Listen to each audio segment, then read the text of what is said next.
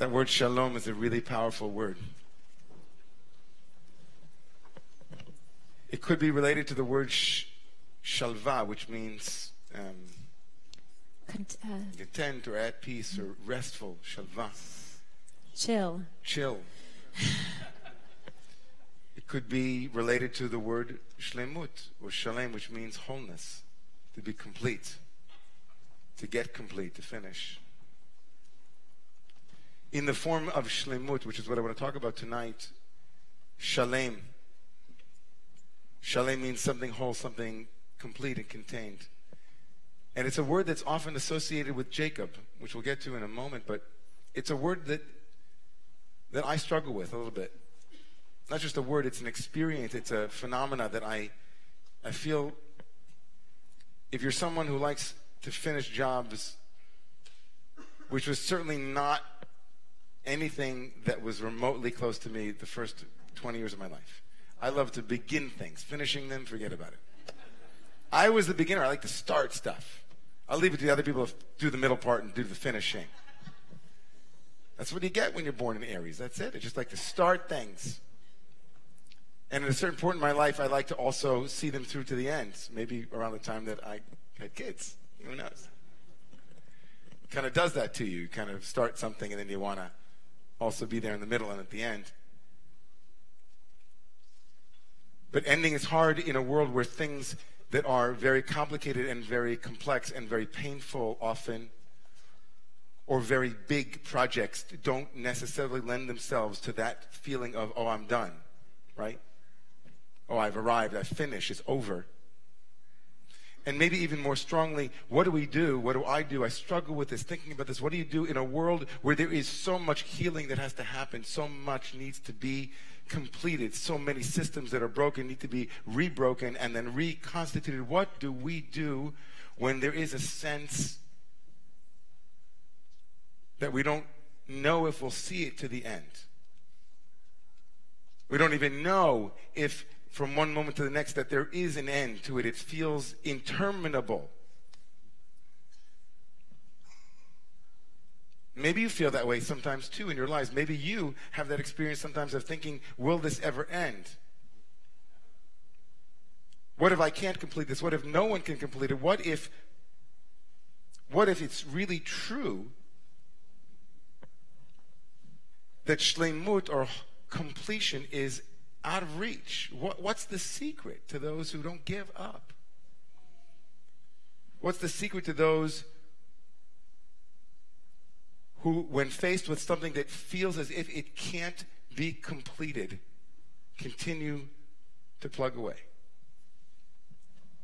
And I'm thinking about this so deeply this week because we had a Romamu healing service this past Monday night at the JCC of Manhattan. And it's an incredible experience for me personally. We're there with Nadav and with Laura. And as I was preparing myself to do a healing service, the question as a rabbi and as somebody who holds prayer services pretty regularly every day and week, what's a healing service? And that's what people were asking. Like, Rabbi, they're calling up and saying, what's a healing service? Well, and the more I thought about it, it's a healing service. Is it going to be laying on of hands? Are we going to put yarmulkes on people? Is it people going to speak in tongues? What's it going to look like? It became uber clear to me, super, super, super clear, that every service is a healing service. Every service is a healing service. So I took out my trusty book that took me through my 20s by Stephen Levine, Alav Shalom, blessed be his name. He was an incredible teacher, another Jewish Buddhist, who wrote a book. The first book I wrote was Who Dies, the first book I read, and this book, Healing into Life and Death. This is a book to have by your bedside. And I opened up and I heard him talking about what it was like for him to work with cancer patients and friends and family who were terminally ill.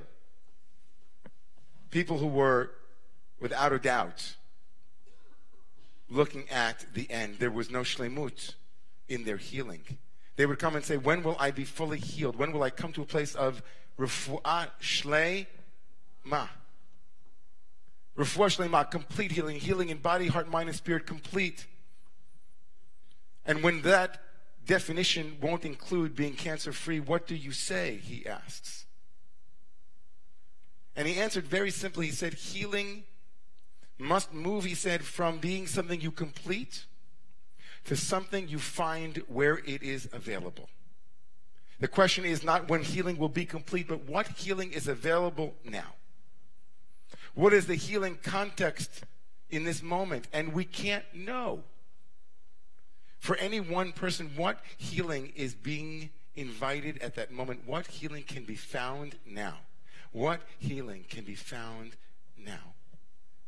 And he walked into people's rooms and he said, what healing can be found right now? And he invited them into an exploration of their illness, an exploration of their pain and vulnerability, and asked them, invited them to reframe healing as completion, where you are completely healed, to healing as invitation to meet it where it is. Man, Jacob, our forefather Jacob, the patriarch Jacob, Yaakov knows this so well. And I said earlier that Jacob is associated with the word shalom or shalem. Vayavo Yaakov shalem. Jacob comes to a place called Sukkot. Shalem, says the Torah tomorrow morning. He comes whole to a place called Sukkot. It's the only time the word shalom is used with the patriarch. It's with Jacob. And can you imagine? There is nothing about Jacob at that moment that is complete. In fact, a couple of verses before this, in the great wrestling match that Rabbi Meyer alluded to in the beautiful Emily Dickinson poem, Peniel, at a place called I Have Seen God Face to Face, Jacob has come face to face with that which he has been running away from his whole life, that which is behind him. It's the angel of something, an encounter, literally an encounter. They are face to face, and Jacob wrestles with something, someone. Some say it's the angel of his brother Esau, who was having a wrestling match on a spiritual dimension in order for him to be able to meet Esau. Something in Jacob moves from running from to facing forward. And in that great moment of the wrestling, he gets wounded in the sciatic nerve. And then the Torah tells us, Vayizrach lo hashemesh ka'asher avar et Penuel. And the sun shone for him. V'hu tzolea al yirecho. And he was limping from his thigh. The sun shone for him. Vayizrach lo hashemesh. The sun shone for him. Say the rabbis, did it only shine for Jacob? All of a sudden the sun is shining only for Jacob? Vayizrach lo hashemesh. And the sun shone for him. It should have said Vayizrach hashemesh. And the sun came up. But instead the Torah tells us that the sun shone for him. Why would the Torah need to tell us it's sun just for Jacob? Says Rabbi Akiva, because at that moment the sun met him exactly where he was. Vayizrach lo hashemesh, says Rabbi Akiva, shemesh zaka umirapeh, bishvil oto hatzadik, bishvil oto refuah. There's a sun that comes out to meet us where we are willing to be met in the healing that is being requested in that moment, that only we have access to. We are the only one, someone sitting right next to us in this room right now, who's going, wow, I can't believe the rabbi is still talking. And right next to him, her, you, whom I know. Someone's having a healing. They've invited in a healing. Will it be a complete healing? No, Jacob's going to be limping for the rest of his life. That limp that is his actual gait. It's his actual honest place. But it's the healing that he invited in. His story is not over yet. He will still struggle with issues. He will still struggle with his own nature. He'll be Jacob and Israel, but something happens here in this moment that is absolutely radically significant. It is shalem, even if it is not shlemut. It is whole in this moment, even if it isn't complete. Healing in moments is significant. Relinquishing the idea that we will finish this work. My teacher, Reb Zalman, has a recording called Into Your Blessed Hands. And as he was coming to the end of his life, he made this meditation where he said, you know, there's so much more work to do in this world, God, but I leave it in your blessed hands. I did the work that I came to do. I invited the healing that I thought I could heal. I healed what I could. I was healed by what I could be healed by, and I let go of the notion that it could be completed or that it would be. Lo alecha hamlacha ligmor. It's not up to us to finish the work, but we're not free not to do it.